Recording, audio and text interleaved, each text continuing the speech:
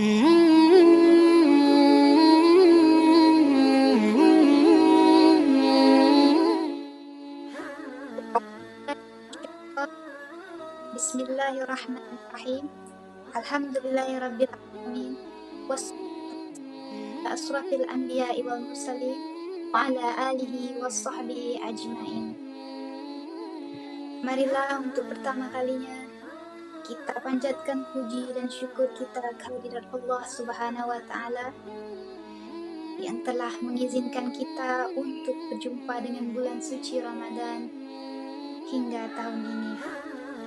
Kemudian tidak lupa salawat serta salam kita hadiahkan kepada junjungan kita Nabi besar Muhammad sallallahu alaihi wasallam dengan mengucapkan Allahumma shalli ala sayyidina Muhammad wa ala ali sayyidina Muhammad. Tidak terasa kita sudah berjumpa kembali dengan bulan suci Ramadan yang telah meninggalkan kita selama setahun belakangan ini, dan kita kembali berjumpa dengan bulan suci Ramadan ini di mana kita memiliki kesempatan untuk melakukan berbagai kebaikan. Kita memiliki kesempatan untuk menanamkan jiwa Islam di dalam diri kita. Kita memiliki kesempatan untuk menunjukkan idealisme kita terhadap Islam. Berbicara mengenai idealisme kita terhadap Islam tidak terlepas dari berbagai teladan yang bisa kita ambil dari kisah Rasulullah Sallallahu Alaihi Wasallam dan para sahabatnya. Salah satu kisah keteladanan mengenai idealisme Islam ini dapat kita lihat pada kisah seorang sahabat Nabi bernama Habib ibnu Zaid.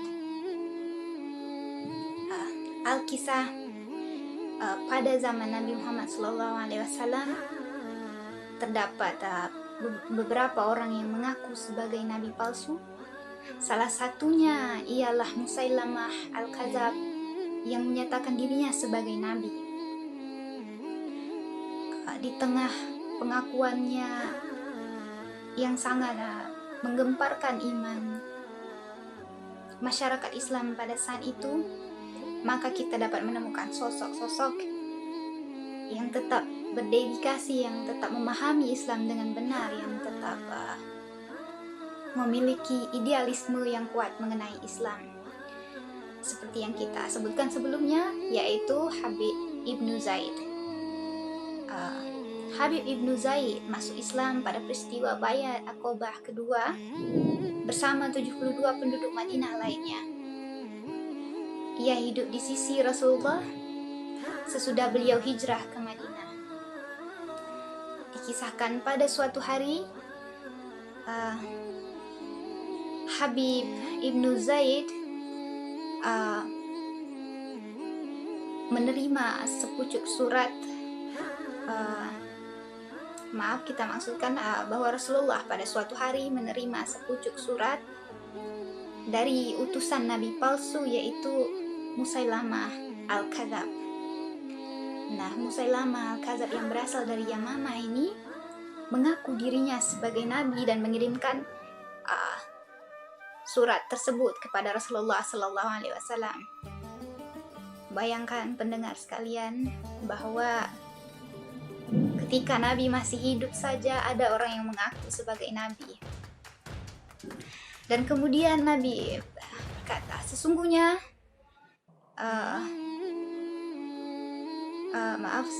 pada saat itu Musailamah berkata bahwa sesungguhnya aku telah diutus untuk bersekutu atau berserikat dengan Nabi dalam urusan kenabian.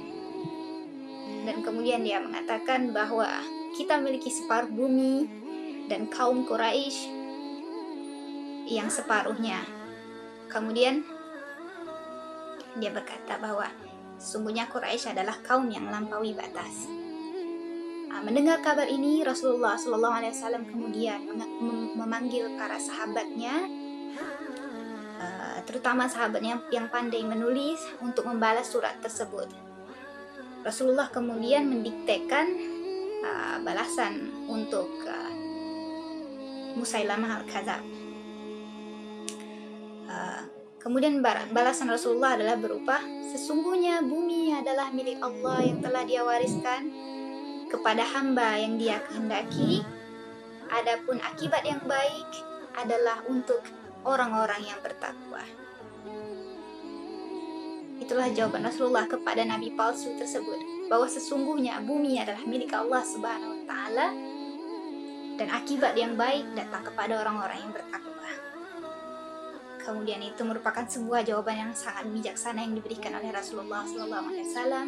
Jawaban tersebut tidak mengandung emosi atau kemarahan dan sebagainya. Kemudian Rasulullah SAW mengutus Habib ibnu Zaid untuk mengantarkan surat balasan tersebut. Kemudian atas perintah Rasulullah ini, Habib ibnu Zaid menjadi sangat bersemangat untuk melaksanakan tugasnya untuk bakti kepada Islam dengan memenuhi suruhan Rasulullah untuk mengantarkan surat tersebut. Singkat cerita, Habib pun kemudian tiba di tempat tujuan, mendapati jawaban dari yang terletak di dalam surat Rasulullah tersebut. Musailamah si nabi palsu kemudian merobek-robek surat itu. Dia sangat marah, kemudian dia mengumpulkan kaumnya. Dia sangat marah karena Rasulullah tidak mau bekerja sama. Kemudian dia mengumpulkan kaumnya. Kemudian dia membawa utusan Rasulullah, yaitu Habib ibnu Zaid, ke tempat penyiksaannya yang kejam. Musailamah berharap apabila dia menyiksa Habib ibnu Zaid, ini akan mengakibatkan Rasulullah menjadi pasrah dan mau bekerja sama dalam urusan kenabian kepadanya. Kemudian Musailamah bertanya kepada Habib ibnu Zaid, apa yang ia tanyakan kepada Habib ibnu Zaid adalah, apakah kau bersaksi bahwa Muhammad adalah utusan Allah? Kemudian Habib mengiyakan dengan mantap. Ya, dia sangat yakin bahwa Muhammad adalah utusan Allah. Kemudian mendengar bahwa lawannya terlihat tidak gentar dengan ancaman penyiksaan, melihat lawannya justru menjawab dengan mantap bahwa Muhammad adalah utusan Allah. Hal ini membuat Musailamah menjadi gentar. Dia pun menjadi pucat wajahnya, dan kemudian dia bertanya untuk mengkonfirmasi kenabiannya dengan, apakah engkau juga bersaksi bahwa aku adalah utusan Allah? Kemudian Habib ibnu Zaid berkata dengan nada mengetawakan, aku tidak mendengar apapun.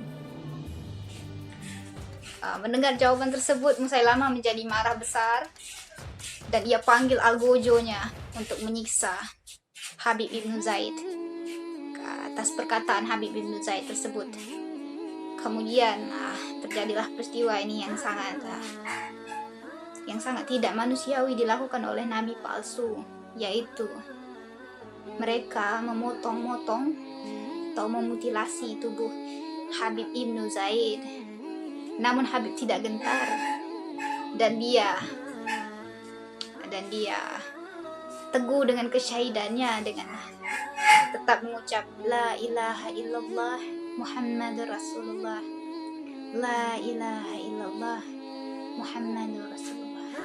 Sesungguhnya Habib bisa menyelamatkan dirinya dengan berkata kebohongan, karena hal ini diperbolehkan apabila kita sedang dalam keadaan terancam, maka kita boleh mengatakan kebenaran dan iman kita tetap akan terselamatkan. Namun Habib ibnu Zaid tidak memilih jalan ini. Dia dan keberaniannya memilih untuk mati secara terhormat. Itulah kisah yang dapat kita petik dari keteladanan seorang sahabat Nabi yang mengantarkan surat Nabi kepada nabi palsu Musailamah Kadzab. Dari kisah tersebut, pendengar sekalian, dapat kita petik hikmah bahwa idealisme yang kuat terhadap Islam dapat mengalahkan rasa takut kita akan kematian, dapat mengalahkan rasa takut kita akan apapun, dan dapat memberikan kita kekuatan. Sebagaimana juga hal yang kita jalani pada bulan suci Ramadan ini, apabila kita memiliki idealisme yang kuat terhadap Islam, maka kita bisa berpuasa 12 jam, kita bisa berpuasa lebih dari waktu yang ditentukan seperti di bagian negara lain. Dan kita bisa melakukan itu, kita bisa menahan diri apabila idealisme kita terhadap Islam sangat kuat. Bahkan sahabat Nabi bisa menahan keinginannya untuk tetap hidup demi idealismenya terhadap Rasulullah Sallallahu Alaihi Wasallam. Semoga kita juga bisa mencontoh perbuatan tersebut dalam kehidupan kita sehari-hari dengan menjaga idealisme kita terhadap Islam. Demikian ceramah yang dapat saya sampaikan. Apabila terdapat kesalahan, itu adalah dari saya sendiri, dan kebenaran semata-mata hanya milik Allah Subhanahu wa Ta'ala. Semoga Allah memberikan kita hidayah. Semoga Allah mempertemukan kita juga dengan bulan suci Ramadan pada tahun-tahun berikutnya. Dan semoga Allah senantiasa menanamkan idealisme keislaman di dalam kehidupan kita. Wabillahi taufiq wal hidayah. Wassalamualaikum warahmatullahi wabarakatuh.